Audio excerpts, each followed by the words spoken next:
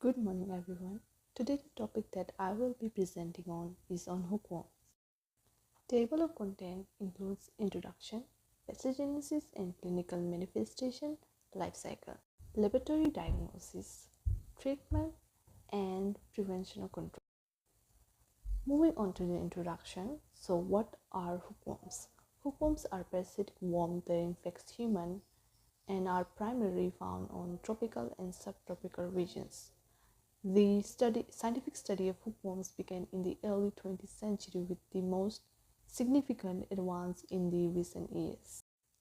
Hookworms are soil-transmitted helminthes that infect humans through contaminated soil. The primary species of hookworms that infect humans are Ancylostoma duodenale. This species is found in the tropical and subtropical regions and is responsible for the majority of hookworm infection worldwide. Nectar americanus. This species is found in the Western Hemisphere and is less common in Ancylostoma duodenale. Hookworm infection is a significant public health problem, particularly in areas of rural poverty in the tropic and subtropic. It is estimated that over 740 million people worldwide are infected with hookworms, with the majority of cases found in Asia and Africa.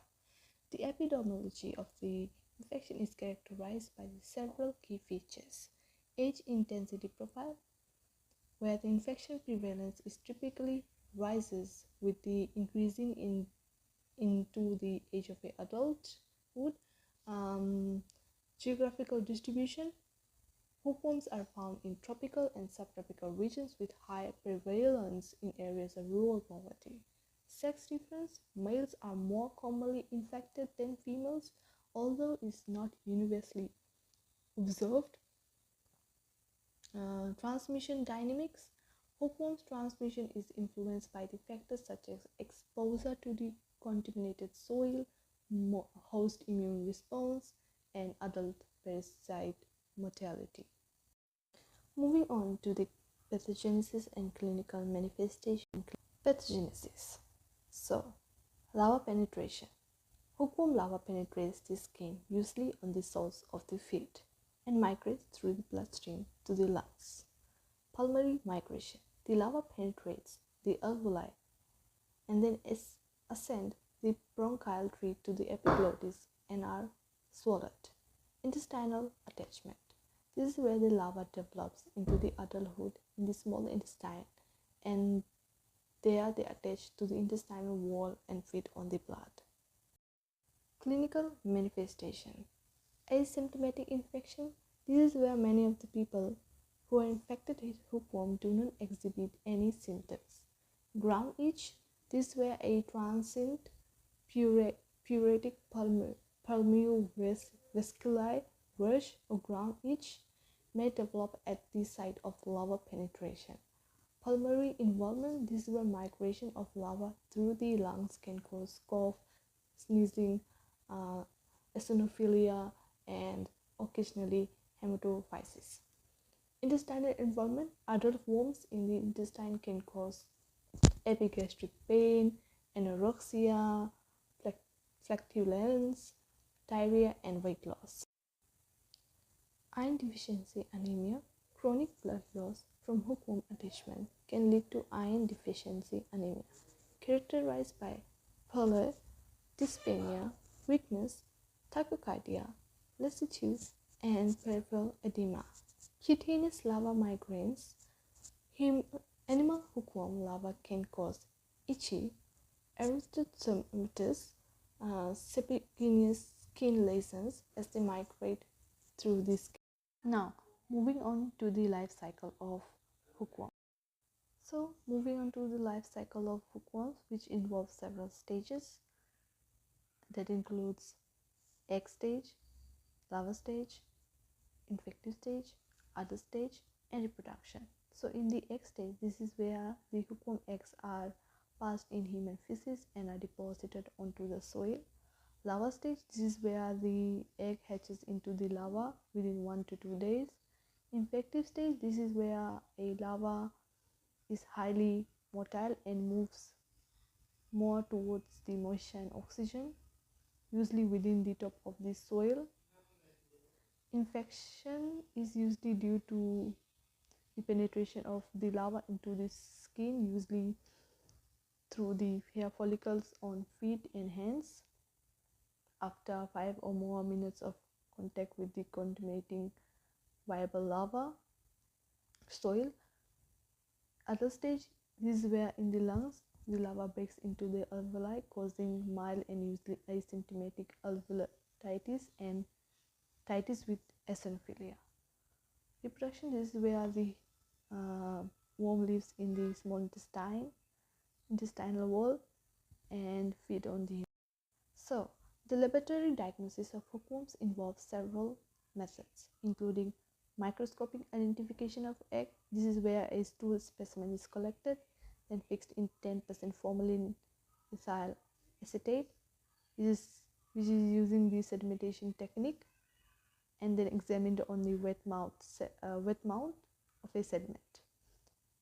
Next up is the direct wet mouth microscopy. This is where this is used for the detecting of moderate to heavy infection, which involves examining a wet mouth of a stool specimen directly without concentrating procedure. Concentration technique. These methods are used for diagnosis of light infection, larval identification. This method involves rearing a Flareella form larva in a fecal smear on a moist filter paper strip for 5 to 7 days to differentiate between N. americanus and A. dublinea larva. PCR based method. These methods are highly sensitive and specific but not widely used. Blood study. Blood study is a complete blood count that may reveal anemia or eosinophilia that indicates the hookworm infection. For stool examination, the diagnosis is confirmed with the direct microscopy analysis of fecal sample to verify the presence of hookworm eggs. So, the treatment of hookworm infection typically involves anthelmintic medication and iron supplements. The most common treatments are albendazole, mebendazole, iron supplements, local cryotherapy, parenteral pemoid, and therapy for anemia. Moving on to the last bit of this presentation, which is on prevention and control. So, prevention and control for hookworm infection involves several strategies. So, for prevention, wear shoes. Wear shoes when walking outdoors, especially in areas where soil may be contaminated with hookworm larvae. Avoid direct skin contact with soil that may be contaminated with hookworm larvae. Proper defecation. So, prevent unhygienic defecation and avoid direct contact skin with the soil. Food and water safety. So, always drink safe water and properly clean and cook food to avoid contamination. Proper hand washing.